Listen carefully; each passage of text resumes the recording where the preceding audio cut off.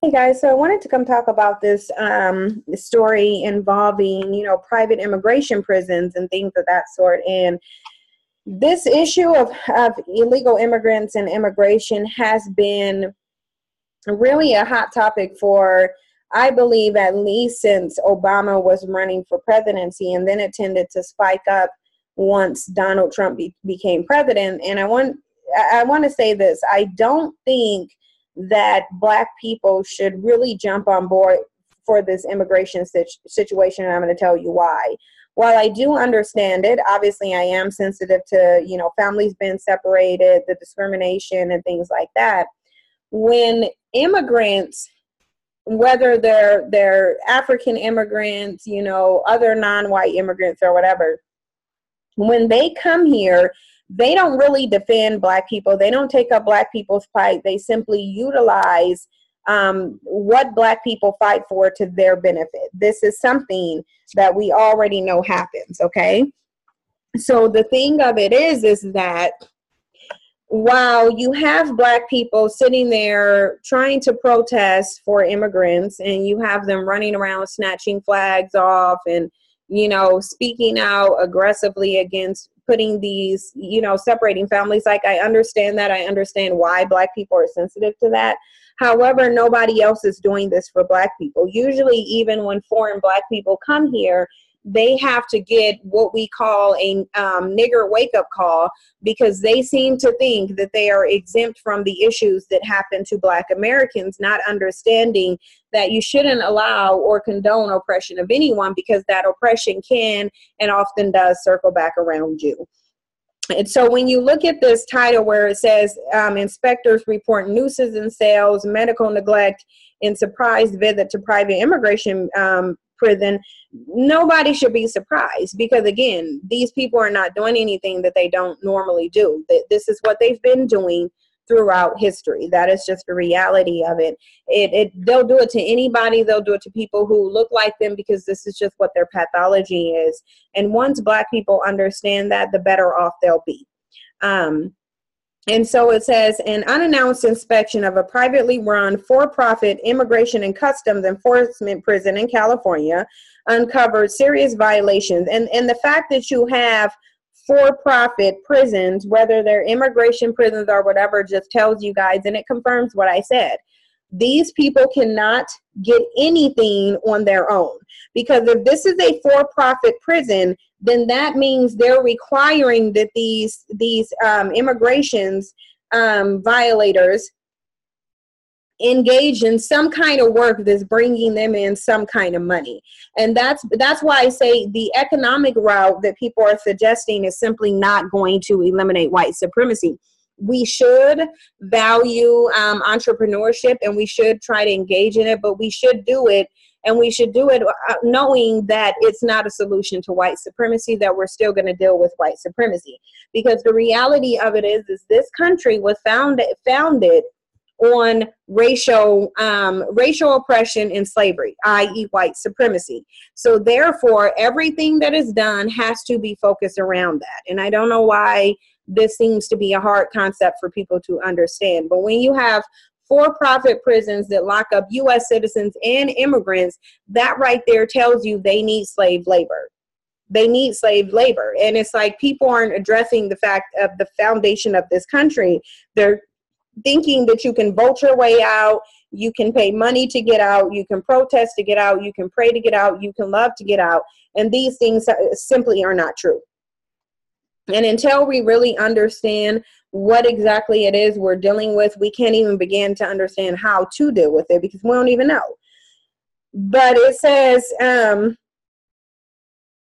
it uncovered serious violations according to a newly released report from the Department of Homeland Security Inspector General, including nooses in detainee cells, falsified medical exams, and prison officials placing a disabled man who asked for administrative segregation into disciplinary segregation.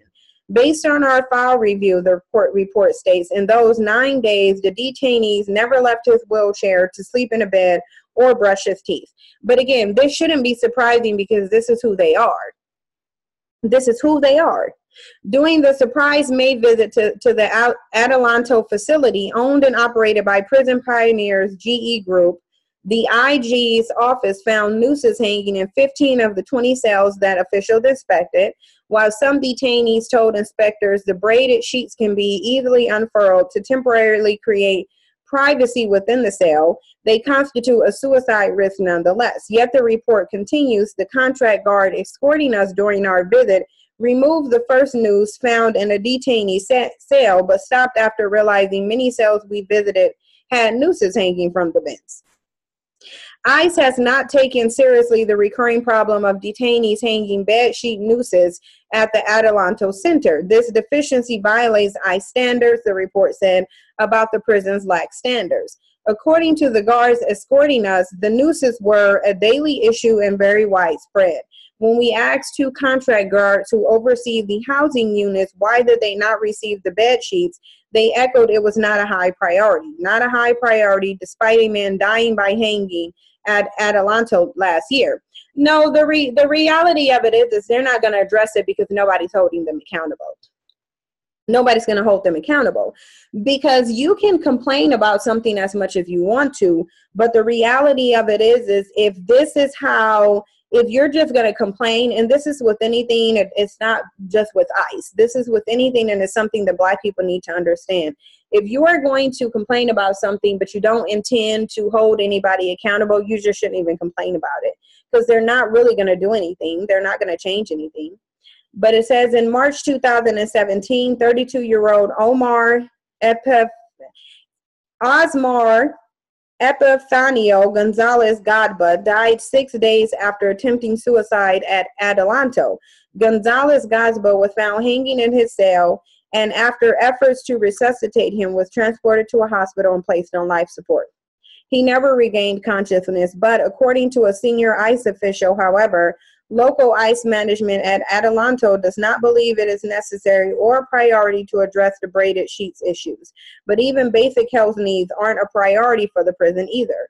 Again, that's why I say it doesn't matter, young or old, male or female, foreign or domestic, this is just who they are. And people don't want to understand it. They don't want to deal with it. They want to try to address things that has nothing to do with addressing the pathology of the people who are involved in this. And as long as people are submitting to it by ignoring that this is a pathology and focusing on other things, you're still going to have this. Like sometimes certain things with this, I'm like, okay, well, I don't even see a point in discussing it, because as a community and as a group, we're so fractured that we don't have any standards, we don't have any boundaries, we don't believe in holding anyone accountable, but then we complain when we wake up and realize we're in the same situation that, you know, our ancestors and our ancestors before that, and, you know, all of our descendants will continue to be in, because we won't address what the real issue is. One detainee complained about being on a wait list to see one of the prison's two dentists for so long that multiple teeth fell out. When we asked one of the dentists why fillings were not performed, he said he barely has time to do cleanings and screenings, so as a result, he does not do fillings.